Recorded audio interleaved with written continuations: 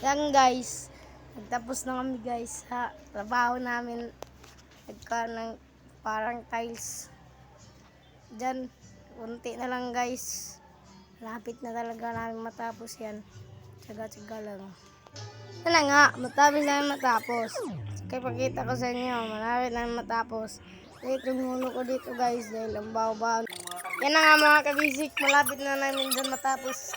Ang aming trabaho ng paglagay ng rugby at kapagkanat. Si Tito nga naglagay dyan ng rugby at ako nga nagtarong. At saka, lapit na saka dyan kayo matapos guys. Wait for it guys, hanggang sa uli, paulin nyo po ako. Thank you.